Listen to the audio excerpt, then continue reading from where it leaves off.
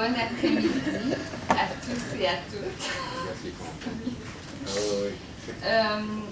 Je vais y aller de quelques remarques introductives avant de passer à la période de questions. J'ai décidé que je ferais changement ce soir parce que c'est un ICA de 2019. Donc, les remarques que je voulais présenter là, pour le bien du public et puis du conseil d'administration, c'est la croissance d'achalandage qui se poursuit encore au mois de novembre. On a une hausse de 3,6 % basée sur les ventes de titres, comparativement à la même période en 2018. Et cette hausse se traduit par une augmentation de 5 % pour les validations de 5 cartes à puce en novembre, ce qui nous amène au 31 novembre 2019 à une hausse cumulative de 7 % par rapport aux ventes de titres et de 11 % pour les validations de cartes à puce. Encore à ce jour, c'est l'une des plus importantes croissances d'achalandage pour un réseau de transport en commun au Canada.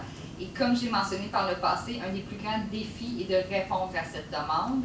Et c'est dans ce sens-là que la STO a analysé et retenu le projet d'embarquement par toutes les portes pour améliorer la fluidité et la performance du réseau, ainsi que la qualité de l'expérience client.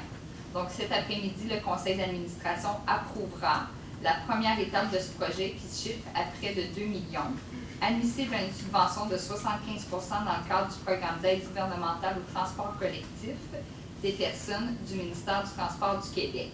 Cette nouveauté verra le jour au cours des prochaines années et vise à réduire les temps d'embarquement, particulièrement en période de pointe de l'après-midi au centre-ville d'Ottawa et de Gatineau. La STO procédera donc à l'achat de 500 valideurs pour équiper chacune des portes des autobus réguliers et articulés. La STO a également saisi la balle au bond et profité de ce projet pour évaluer les technologies présentement offertes et acquérir le plus récent modèle de valideur qui comprend des fonctionnalités intéressantes pour d'éventuels développements en matière de billettique. La STO est donc résolument tournée vers l'avenir, mais reste fière de son histoire et c'est pour célébrer les 40 ans de son autobus New Look 1979 que la STO a illuminé et exposé devant le 111 Jean Proulx le doyen de sa flotte d'autobus pour le temps des fêtes. C'est le dernier de ce modèle au Québec et l'un des rares en Amérique du Nord. Son compteur affiche près de 1,5 million de kilomètres, comme s'il avait fait 36 fois le tour de la Terre. Le moteur et plusieurs parties du véhicule ont été remis à neuf et les pièces originales proviennent des 4 coins du continent. Donc, c'était une belle façon pour nous de faire rayonner le travail de toute l'équipe de la STO à l'approche du temps des fêtes. Pour terminer, je vous rappelle que le transport en commun sera gratuit les 25 décembre et 1er janvier qui viennent.